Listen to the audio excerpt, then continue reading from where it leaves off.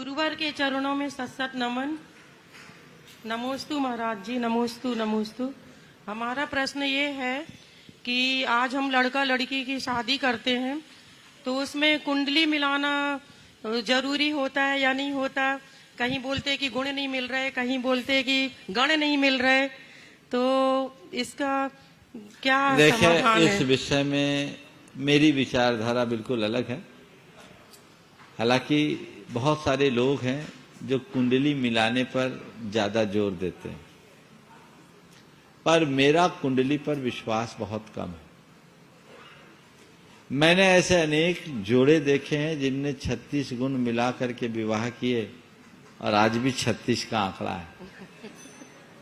और ऐसे भी बहुत जोड़े हैं जिनने कोई कुंडली नहीं मिलाई पर अंदर का दिल मिला हुआ है। मुझसे पूछो तो मैं कहूंगा कुंडली मिले न मिले, मन मिलना चाहिए। आपको किसी को देखते ही मेंटल वाइब्रेशन हो, खिंचाव आ जाए, समझ लो मेरी कुंडली मिल गई, यहां कर लेना चाहिए। और एक दूसरी बात मैं कहता हूं कि आज के समय में कुंडली अप्रासंगिक हो गई है, क्योंकि जन्म का स्थान ही नियत नहीं, जन्म का काल भी नियत नहीं। अब तो उल्टा ये भी हो गया कि पहले जन्म पत्री बनती, बाद में जन्म होता है। नॉर्मल डिलीवरी तो होती ही बहुत कम है। जिसकी सीजर हुई है उसकी कुंडली का कोई मतलब है? बोलो प्रद्युमन, एक ज्योतिषी बैठे हमारे पास। हाँ, कोई मतलब नहीं है ना। हाँ, तो उस कुंडली को मिला के करोगे क्या? और व्यक्ति यहां रहा, उसका जन्म होना है कोलकाता में। एक दिन पहले उसको ले जाया गया है कोलकाता में, वहां उसकी सर्जरी हो रही है, उसका इष्टकाल कलकत्ता से निकलेगा, वहां के अक्षांश देशांश से निकलेगा, पूरी जन्म पत्री बदल जाएगी। अब इस कुंडली के आधार पर किए गए फलादेश का मायना क्या है?